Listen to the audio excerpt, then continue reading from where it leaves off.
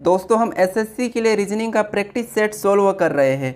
ये practice set 9 होने वाला है दोस्तों। अगर इससे पहले वाले प्रैक्टिस सेट को नहीं देखे हो तो उन्हें भी जाकर जरूर देखिएगा। सभी प्रैक्टिस सेट इंपॉर्टेंट है, जितने भी आने वाली एग्जाम है सभी में पूछे जाने वाले प्रश्न है। तो आने वाली सभी एग्जाम के लिए तो आप वीडियो को जरूर अंत तक देखिएगा। रीजनिंग के कुछ सेट वाइज प्रश्न होते हैं जो एग्जाम में बार बार पूछे जाते हैं, उन्हीं टाइप के प्रश्नों को यहाँ पर बताया गया है। तो चलिए दोस्तों शुरू करते हैं क्वेश्चन नंबर 1 से। क्वेश्चन नंबर 1 दिया है, दी गई श्रृंखला श्रेणी में प्रश्नवाचक चिन्ह के स्थान पर आने वाली संख्या को चुनिए। दोस्तों यहाँ पर क्या दिया है, श्रृंखला यानी कि जो अपने पास अंकों की श्रृंखला है और उसमें दिया है कि प्रश्नवाचक चिन्ह के स्थान पर आने वाली संख्या को चुनिए। ये प्रश्न का है, तो प्रश्नवाचक चिन्ह यहाँ पर दिया है यानी कि यहाँ पर कौन सी संख्या आएगी ये हमें बताना है। तो दोस्तों आपने श्रृंखला के कई सारे प्रश्न पढ़े होंगे, लेकिन यहाँ पर जो थोड़ा सा है लेवल चेंज है, यानी कि इस बार एग्जाम थोड़ा सा लेवल चेंज पूछेगी, इसीलिए मैं आपको थोड़ा सा हार्ड लेवल दे रहा हूँ।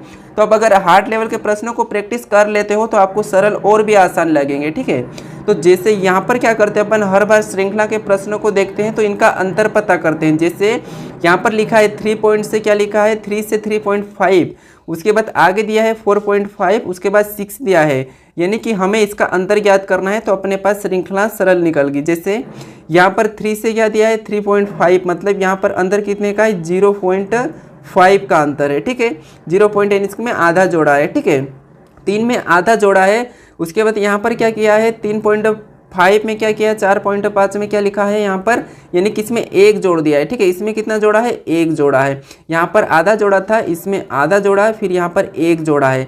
तो आगे देखते हैं, तो इसमें अंतर कितने का है, तो यहाँ पर 4.5 और 6, यानी कि यहाँ पर 1.5 मतलब 1.5, ठीक है, यानी कि 1.5। तो यहाँ पर कितना जुड़ा है, 1.5 जुड़ा है। तो देखिए यहाँ पर आधा जुड़ा था, उसके बाद 1, फिर 1.5, अब यहाँ पर क्या जोड़ना चाहिए 2।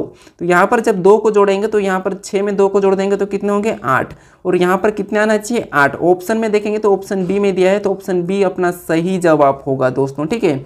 क्या हुआ था इसमें, देखिए यहाँ पर 0.5 जुड़ा, उसके बाद यहाँ पर 1 जुड़ा यानी कि 1, उसके बाद यहाँ पर 1.5 जुड़ा, उसके बाद यहाँ पर अपन ने 2 को जोड़ा, यानी कि श्रृंखला कैसी बड़ी थी, इनमें आधा आधा प्लस हो रहा था, ठीक है। तो इसीलिए 8 ऑप्शन बी में दिया है, तो ऑप्शन बी अपना सही जवाब होगा।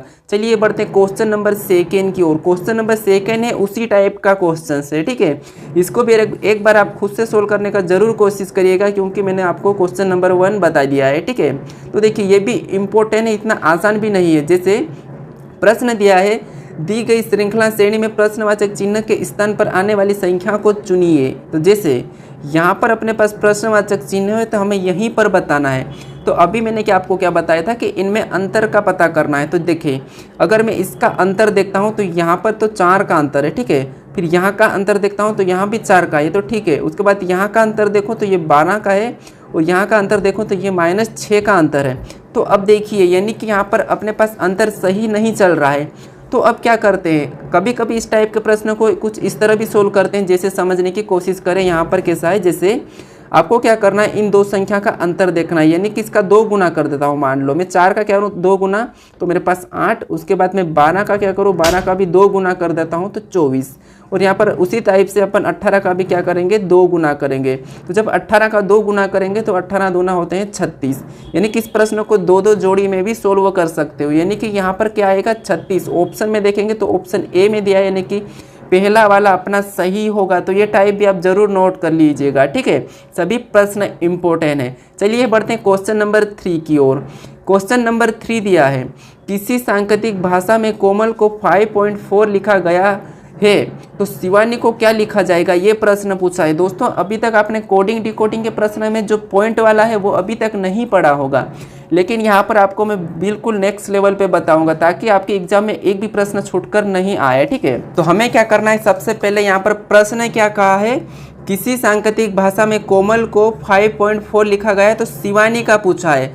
तो हमें क्या करना है, सबसे पहले जब भी कोडिंग डिकोडिंग का प्रश्न पूछा जाता है तो हमें सबसे पहले वाले जो उदाहरण दिया रहता ना उसी का पता करते हैं। जैसे यहाँ पर दिया है कोमल का, ठीक है, यानी कि कोमल को इसने 5.4 लिखा है, तो ये कैसे लिखा ये पता करते हैं। जैसे अगर जब भी आपको यहाँ पर जैसे लेटर को अंकों में लिखता है तो हमें इनका अंक पता करना होता है। तो जैसे कोमल का अंक पता करते हैं तो के, और के आता है 11 नंबर पे, ठीक है। उसके बाद ओ दिया है तो ओ आता है 15 नंबर पे। उसके बाद यहाँ पर एम दिया है तो एम आता है 13 नंबर पे। उसके बाद ए दिया है तो ए आता है 1 नंबर पे और एल आता है 12 नंबर पे। अपन इसके लेटर निकाले, अगर इन सभी को अपन जोड़ देते हैं, ठीक है, इसको अभी सभी को अपन क्या करते हैं, जोड़ लेते हैं। क्या कि सभी को जोड़ देंगे, जैसे 11 और 15 होंगे 26 और 26 और 13 39, 39 और 1 40, 40 और 12 52, ठीक है। सभी को जोड़ने पर कितना है 52, लेकिन इसने यहाँ पर क्या लिखा 5.4 लिखा है, ठीक है। तो हम क्या करते हैं, देखिए अब कोमल में कितने लेटर है, तो इसमें है 1 2 3 4 5, यानी कि कोमल में कितने लेटर है, तो 5 लेटर है। अगर मैं इससे 5 से भाग दे देता हूँ, ठीक है, तो कितने होंगे 5 एकम 5, यहाँ पर कितने बच्चे 2, और 2 में अपन क्या करेंगे पॉइंट लगाएंगे, ठीक है। तो यहाँ पर क्या लिखा 5 एकम 5 और पॉइंट लगाएंगे तो 20 होंगे, यानी कि 4 पंजे 20, ठीक है। यानी कि यहाँ पर क्या आना चाहिए 4 पंजे 20, सॉरी 5 चौक 20। एक बार और समझिए, 5 एकम 5 और 5 चौक 20 आएगा, ठीक है। यहाँ क्या आएगा 1.4, तो इसने क्या लिखा 5.4 लिखा है। मतलब ये है कि इसके लेटर कितने थे 5 थे, तो इसने इस 5 को लिखा है, ठीक है। यानी कि यहाँ पर क्या आया था 1.4, तो 1.4 में क्या करेंगे अपन, देखिए यहाँ पर भाग देने पर क्या होना चाहिए 5 पॉइंट, यानी कि यहाँ पर 1.4 होना चाहिए, ठीक है। यहाँ पर क्या आना चाहिए 1.4, तो यहाँ पर क्या आया 1 पॉइंट पर। सेम इसी तरीके से अपन शिवानी का पता करते थे, जैसे एस आता है 19 नंबर पे, ठीक है। उसके बाद एच आता है 8 नंबर पे और आई आता है 9 नंबर पे, वी आता है 22 नंबर पे और ए आता है 1 नंबर पे और एन आता है 14 नंबर पे। उसके बाद आई आता है 9 नंबर पे, ठीक है। कितने 9 नंबर पे। हम क्या करते हैं इन सभी को जोड़ देते हैं, ठीक है। अगर मैं इन सभी को प्लस कर देता हूँ, अगर मैं इस सभी को क्या करूँ प्लस कर दूँ, तो मेरे पास कितने होंगे 82 हो जाएंगे, ठीक है। कितने हो जाएंगे 82, यानी कि 82। अब सभी को जोड़ने पर 82 और इसमें कितने लेटर है, तो 1 2 3 4 5 6 7, ठीक है। कितने 7, तो इसको क्या करेंगे 7 से भाग दे देंगे। जब इसको 7 से भाग दे देंगे तो 7 एकम 7 कितना बचा 1, यानी कि 12 हुआ। 7 एकम 7, अब कितना बचा अपने पास यहाँ पर 4 बचा है, ठीक है। यानी कि 5 बचा, सॉरी यहाँ पर कितने बचेंगे 5, 7 एकम 7 तो 12, यानी कि 5 बचा है। और 5 यानी कि पॉइंट लगेगा तो यहाँ पर 50 हो जाएंगे और यहाँ पर पॉइंट लगेगा तो 7 7 49, ठीक है।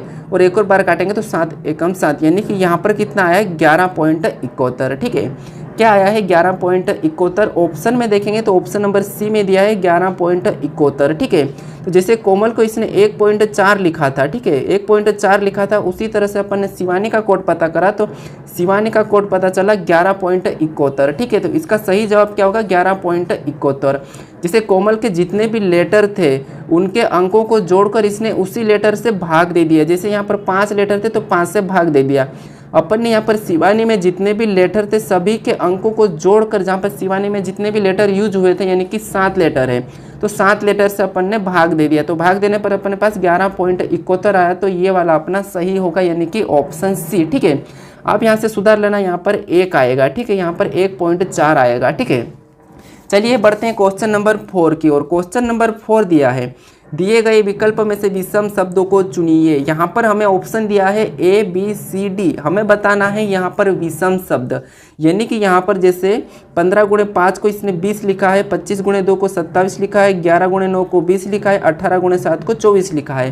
तो हमें पता करना है कि इसमें कौन से ऐसे 3 ऑप्शन जो एक जैसे है और एक अलग है, ठीक है। तो देखिए इसमें क्या करा 15 गुणे 5 को 20 लिखा है, मतलब ये इसने यहाँ पर प्लस कर दिया और 20 को लिखा है, ठीक है। अब यहाँ पर देखें तो 25 गुणे 2 यानी कि इसने भी यहाँ पर प्लस कर दिया और यहाँ पर 27 लिखा है, ये सेम दिख रहा है। ऑप्शन ए और बी सेम है। अब सी को देखते हैं तो यहाँ पर भी क्या है 11 में 9 को जोड़ दिया, यहाँ पर 20 लिखा है, ये भी ऑप्शन सी भी सेम है, ठीक है। अब ऑप्शन डी की बात करते हैं तो इसमें क्या करेंगे अपन, जैसे यहाँ पर इसने क्या किया, इसमें क्या करा इसने 6 जोड़ दिया, ठीक है। 18 में इसने 6 को प्लस करके 24 लिखा है, लेकिन यहाँ पर 7 जोड़ना है, ठीक है। यानी कि ये अलग है, ठीक है, ये क्या है अलग हो जाएगा। तो इसीलिए अपना इसमें विषम शब्द का पूछा था, तो विषम शब्द यानी कि विषम अपना ऑप्शन डी है, तो ऑप्शन डी सही होगा। देखिए सभी को क्या करा था पीछे वाले अंकों को जोड़ दिया। जैसे इसने 15 में 5 जोड़ दिया, 22 में इसने 25 में यहाँ पर 2 जोड़ दिया, 11 में इसने 9 जोड़ा। अपन ने 18 में जब 7 जोड़ेंगे तो यहाँ पर होना चाहिए 25, लेकिन यहाँ पर क्या लिखा है 24 लिखा है, मतलब ये एक विषम है, यानी कि ऑप्शन डी अपना सही जवाब होगा। दोस्तों अगर आप चैनल पर नए हो तो चैनल को जरूर सब्सक्राइब कर लीजिएगा, ठीक है। मैं आपके लिए प्रार्थना करता हूँ कि आपके एग्जाम में अच्छे से अंक प्राप्त होंगे, ठीक है। तो ये मेरी यही भगवान से प्रार्थना कि आपको अच्छे अंक मिले, ठीक है। तो आप क्या करोगे, चैनल को जरूर सब्सक्राइब कर लीजिएगा दोस्तों, ठीक है। चलिए बढ़ते हैं क्वेश्चन नंबर 5 की ओर। क्वेश्चन नंबर 5 दिया है, दिए गए विकल्पों में से विषम शब्दों को चुनिए। जैसे अपन ने अभी यहाँ पर कुछ अंक के थे, अभी यहाँ पर शब्द के मिले हैं। तो जैसे यहाँ पर दिया है, ऑप्शन ए में दिया है कुत्ता, ऑप्शन बी में दिया है बकरी, ऑप्शन सी में दी गाय, ऑप्शन डी में दी शेर। देखिए सभी दोस्तों एग्जाम में जितने भी प्रश्न, सभी प्रश्न कठिन नहीं होते हैं, कुछ प्रश्न सरल भी होते हैं, ठीक है। यानी कि आपको पता है 70% सरल होते हैं और यहाँ पर 30% क्या होते हैं, कठिन होते हैं, ये आपको पता होगा, ठीक है। तो ऐसे प्रश्न ज़्यादा सरल भी आते हैं। तो जैसे यहाँ पर क्या दिया है, विषम बताना है। तो जैसे यहाँ पर विषम कैसे बताएंगे, देखिए कुत्ता क्या है, एक पालतू जानवर है, बकरी पालतू जानवर है, गाय पालतू जानवर है, लेकिन शेर पालतू जानवर नहीं है, इसीलिए ऑप्शन अपना क्या होगा, डी वाला सही होगा, यानी कि ये विषम है, तो ऑप्शन डी अपना सही जवाब होगा। अगर आपने ऑप्शन डी को लगाया है तो आपका सही जवाब है, ठीक है। चलिए अब बढ़ते हैं क्वेश्चन नंबर 6 की ओर। क्वेश्चन नंबर 6 दिया है, उपरोक्त आकृति को बनाने के लिए न्यूनतम कितनी सीधी रेखाओं की आवश्यकता होगी। प्रश्न ये कहा है, यानी कि इस आकृति को बनाने के लिए यहाँ पर कितनी न्यूनतम यानी कि सीधी रेखाओं की आवश्यकता होगी, ठीक है। तो आपको क्या करना है, इस आकृति को बनाने के लिए सीधी रेखा का प्रयोग करेंगे, वो वाली रेखाएं काउंट करना है और काउंट करके बताना है, ठीक है। तो आप फटाफट से वीडियो को रोककर जरूर काउंट्स करिएगा, ठीक है दोस्तों। तो देखिए अब देखिए इसको अपन काउंट करते हैं, तो यहाँ पर सीधी रेखा जैसे एक तो अपनी क्या हो गई, एक ये हो गई, 1 2 और 3, कितनी हो गई, ये 3 हो गए। उसके बाद 3 तो ये हो गई, उसके बाद यहाँ पर 1 2 3 ये हो गए, ठीक है, ये कितनी हो गई, 3। उसके बाद और दूसरी देखेंगे तो यहाँ पर क्या दिया है, 1 2 ये दी है, ठीक है, कितनी, ये 2 है। तो टोटल कितनी अभी हुई अपने पास, 8, ठीक है, कितनी हो गई, यहाँ पर टोटल 2 ये हो गई, ठीक है। उसके बाद और देखेंगे तो और देखिए, एक अपने पास एक ये है, एक ये है और एक ये टोटल कितनी, 3 है, 1 2 और 3, तो ये कितनी है, 3। अपन ने देखिए अब क्या करा था, जैसे यहाँ पर देखिए ध्यान से, इस कलर में 3 लाइन अपन ने देखी, इस कलर में भी 3 देखिए आपको दिख रहा होगा, इस कलर में आपको सिर्फ 2 दिखा है और इस कलर में भी आपको 3 दिखा है। अपन ने सारे आकृति का प्रयोग कर चुका है, यानी कि सभी रेखाओं को प्रयोग करा और ये आकृति बनी है। अब क्या करेंगे, इन सभी को अपन क्या कर देंगे, प्लस कर लेंगे। तो 3 3 6 और 9 और 2 होते हैं 11, लेकिन सभी को जोड़ने पर कितने हो गए, 11। मतलब इस आकृति को बनाने के लिए कितनी सीधी रेखाओं की आवश्यकता पड़ेगी, तो 11, ठीक है। ऑप्शन में देखेंगे तो ऑप्शन सी में दिया है, तो ऑप्शन सी सही जवाब होगा दोस्तों, ठीक है। प्रश्न ये नहीं पूछा था कि यहाँ पर त्रिभुज काउंट्स करना या फिर वर्ग या यहाँ पर कुछ आयत, ठीक है। यहाँ पर प्रश्न पूछा था कि सीधी रेखाओं की कितनी आवश्यकता होगी, ये प्रश्न पूछा था। तो अपन ने सीधी रेखाओं को काउंट किया तो 11 आए, यानी कि ऑप्शन सी वाला अपना सही जवाब होगा। चलिए बढ़ते क्वेश्चन नंबर 7 की ओर। क्वेश्चन नंबर 7 दिया है, दी गई श्रृंखला में, ठीक है, दी गई श्रृंखला के लिए अगली आकृति चुने। यानी कि यहाँ पर अपने पास श्रृंखला है, तो यहाँ पर कौन सी आकृति आएगी, ये प्रश्न पूछा है। तो हमें क्या करना है, सबसे पहले इस आकृति का श्रृंखला यानी कि पता करते हैं। जैसे इस आकृति से ये वाली आकृति बनी है, तो यहाँ पर क्या दिया है, जो बाहर की आकृति है उसे क्या करा है इसने, देखिए जैसे ये बाहर अंदर का था उसे बाहर ले जाके इसने लाइन बना दी है, ठीक है। तो हम भी इसमें क्या करेंगे, यहाँ पर बाहर ले जाएंगे आकृति को और लाइन बना देंगे, जैसे कि इस प्रकार। अगर मैं ये लाइन बना देता हूँ, ठीक है, ये वाली, और ये वाली ऑप्शन में देखूंगा तो ऑप्शन मेरे पास कौन से में, तो ऑप्शन डी में दिया है, तो ऑप्शन डी अपना सही जवाब होगा, सेम आकृति यानी कि ऑप्शन डी, ठीक है। जैसे इसने भी यहाँ पर अंदर से निकाल के बाहर ये लाइन बनाई थी, तो अपन ने भी इससे यहाँ पर बाहर निकाल के ये वाली लाइन बनाई है, ठीक है। तो ऑप्शन डी में दिया था, तो ऑप्शन डी अपना सही होगा, ये अपनी प्रश्न आकृति थी और ये उत्तर आकृति, ठीक है। तो आपने भी ऑप्शन डी ही लगाया, तो ऑप्शन डी सही होगा। चलिए अब पढ़ते हैं क्वेश्चन नंबर 8 की ओर। क्वेश्चन नंबर 8 दिया है, देखिए क्वेश्चन नंबर 8 क्या दिया है यहाँ पर। अब क्वेश्चन नंबर 8, कौन सा वेन आरेख यानी कि कौन सा वेन डायग्राम निम्न के बीच संबंध को सही से व्यक्त करता है। जैसे यहाँ पर हमें दिया है कि कपड़ा, बर्तन और मेज, इसका कौन सा वेन डायग्राम जो सही यहाँ पर वेन डायग्राम का जो व्यक्त करता है ये बताना है हमें। तो क्या करना है, सबसे पहले देखिए दिया है कपड़ा, उसके बाद बर्तन और मेज, तो इसका वेन डायग्राम कैसा बनेगा ये बता रहा है। तो हमें सबसे पहले पता करना है कि कपड़ा और बर्तन और मेज का आपस में कोई संबंध है क्या या नहीं है। तो जैसे कपड़ा बर्तन के साथ इसका कोई संबंध नहीं और मेज के साथ भी नहीं, तो कपड़ा का अलग हो जाएगा, ठीक है। उसके बाद बर्तन और मेज का भी आपस में कोई रिलेशन नहीं, तो इसका भी अलग और इसका भी अलग, यानी कि इसका वेन डायग्राम कुछ इस टाइप का बनेगा। कैसा बनेगा? इस टाइप का बनेगा। तो इस टाइप का वेन डायग्राम कहाँ पर है? तो इस टाइप का ऑप्शन डी में है, तो ऑप्शन डी सही होगा। ठीक है, क्योंकि कपड़ा इनसे कोई रिलेशन नहीं रखता बर्तन और मेज से, तो इसे इसका अलग डायग्राम हो गया। बर्तन भी इन दोनों से कोई रिलेशन नहीं रखता है, तो इसका एक अलग हो गया, और मेज भी इन दोनों से कोई रिलेशन नहीं रखता, तो इसका वो अलग हो गया। यानी कि ऑप्शन डी में दिया था, तो ऑप्शन डी अपना सही जवाब होगा। चलिए बढ़ते क्वेश्चन नंबर 9 की ओर। क्वेश्चन नंबर 9 दिया है, कूट भाषा में MELT को यहाँ पर 24x19 के रूप में लिखा जाता है, तो TIMID के लिए कोड क्या है? ये प्रश्न पूछा है दोस्तों। जैसे प्रश्न इंपॉर्टेंट है, यहाँ पर क्या दिया है? MELT को क्या लिखा है? 24x19। जैसे कि यहाँ पर M की बात करते तो M आता है 13 नंबर पे, ठीक है, और E की बात करते तो E आता है 5 नंबर पे, L की बात करते तो L आता है 12 नंबर पे, और T की बात करते तो T आता है 20 नंबर पे। लेकिन इसने क्या लिखा? 24x19। ठीक है, तो हमें क्या बनाना है? इन्हें 24x19। ठीक है, अगर मैं इन दोनों को जोड़ देता हूँ, ठीक है, इन दोनों को जोड़ देता हूँ, यानी कि माइनस कर लेता हूँ। मान लो अगर मैं 13 में से माइनस करूँ, ठीक है, यहाँ पर 1 को माइनस करूँ तो यहाँ पर 3 में से 1 गया तो 2, ठीक है, और 5 में से 1 को माइनस कर लूँगा तो यहाँ पर कितने? 4 है, और 2 में से 1 को माइनस करूँगा तो 1, और यहाँ पर 20 में से 1 को माइनस करूँगा तो यहाँ पर कितने होंगे? यहाँ पर कितने होंगे मेरे पास? 19। मतलब यहाँ पर हमें क्या मिला है? 24 119। लेकिन हम ऐसे माइनस नहीं कर सकते। अब क्या करेंगे? जैसे यहाँ पर दिया था M, और M आता है 13 नंबर पे, उसके बाद I दिया है तो I आता है, सॉरी I नहीं दिया है, यहाँ पर E दिया है तो E आता है 5 नंबर पे, उसके बाद L दिया है तो L 12 नंबर पे, और T दिया है तो T 20 नंबर पे। अब क्या करना हमें? इसमें एक माइनस करना है, तो इसमें अपन -1, इसमें भी -1, और इसमें भी -1, और इसमें भी -1 करेंगे। तो इसमें -1 करेंगे तो यहाँ पर कितने होंगे? 12, और यहाँ पर कितने होंगे? 4, और यहाँ पर कितने होंगे? 11, और यहाँ पर होंगे 19। ठीक है, अब देखिए हमें क्या करना है? जैसे यहाँ पर डबल संख्या थी तो इसका 1 लिखा है, यानी कि इकाई अंक इसका 2 है तो 2 को लिखेंगे। यहाँ पर हमारे पास इकाई अंक यानी कि 0 4 है तो यहाँ पर क्या लिखेंगे? 4 को ही लिखेंगे। उसके बाद यहाँ पर इकाई अंक अपनी 1 है तो यहाँ पर 1 लिखेंगे। उसके बाद यहाँ पर अपने पास 9 है तो यहाँ पर 9 लिखेंगे। यानी कि यहाँ पर क्या आया? 24x19 इस टाइप से लिखा है। ठीक है, अगर सेम रिलेशन से हम क्या करते हैं? इसका पता कर, जैसे T आता है 20 नंबर से, उसके बाद I आता है 9 नंबर पे, उसके बाद M आता है 13 नंबर पे, I आता है 9 नंबर पे, और D आता है 4 नंबर पे। ठीक है, अब हमें क्या करना है? एक एक माइनस करना है, -1 -1 -1 -1 करना है। ठीक है, तो जब 20 में से -1 करेंगे तो 19, उसके बाद 9 में से -1 करेंगे तो 8, 13 में से -1 करेंगे तो 12, 9 में से -1 करेंगे तो 8, और 4 में से -1 3 है। ठीक है, अब क्या करना है? सिंगल बनाना है, तो इसका इकाई अंक 9, 8 को वैसा ही लिखेंगे, 12 का इकाई अंक 2, 8 को वैसा ही लिखेंगे, 3 को भी वैसा ही लिखेंगे। देखिए 98,283। ठीक है, 98,283 ऑप्शन में होना चाहिए, तो 98,283 ऑप्शन ए में दिया है, तो ऑप्शन ए वाला अपना सही होगा।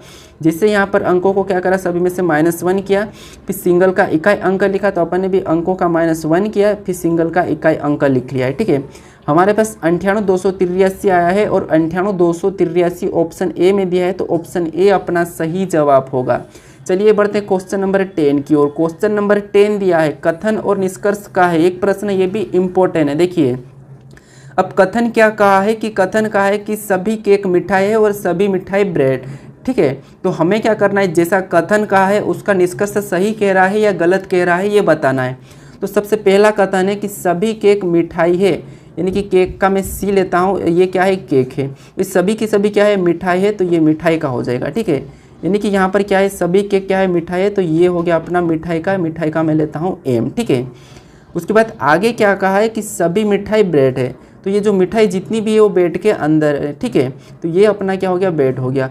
अब देखिए अपने पास निष्कर्ष क्या कहा है? तो निष्कर्ष कहा है पहला वाला कि सभी केक ब्रेड है। ठीक है, तो ये जो सभी केक ये ब्रेड के अंदर है, तो ये तो सही बात, यानी कि पहला वाला तो सही हो जाएगा। ठीक है, उसके बाद दूसरा क्या कहा है? तो कुछ ब्रेड मिठाई है, तो जब सभी ब्रेड मिठाई है तो कुछ तो होंगे, तो इसीलिए इनमें कुछ का भी रिलेशन है, तो इसीलिए ये भी सही होगा, यानी कि निष्कर्ष पहला और दोनों अनुसरण कर रहे हैं। ठीक है, तो केवल पहला और दूसरा देखेंगे तो देखिए निष्कर्ष पहला और दूसरा दोनों अनुसरण करते हैं ऑप्शन डी में, तो ऑप्शन डी अपना क्या होगा? सही जवाब होगा, यानी कि ऑप्शन डी में निष्कर्ष पहला और दूसरा दोनों अनुसरण कर रहे हैं। तो ऑप्शन 2 अपना यानी कि यहाँ पर डी वाला सही जवाब होगा। दोस्तों आपको वीडियो कैसा लगा ये मुझे कमेंट्स करके ज़रूर बताया। अगर आप चैनल पर नए हो तो चैनल को ज़रूर सब्सक्राइब कर लीजिएगा और वीडियो को लाइक नहीं किया तो लाइक भी ज़रूर करिएगा। मेरे से इस चैनल से ज़रूर जुड़ने की कोशिश करिएगा दोस्तों, ताकि आपको इंपॉर्टेंट प्रश्न मिले। ठीक है, चलिए अब मिलते हैं नेक्स्ट वीडियो में।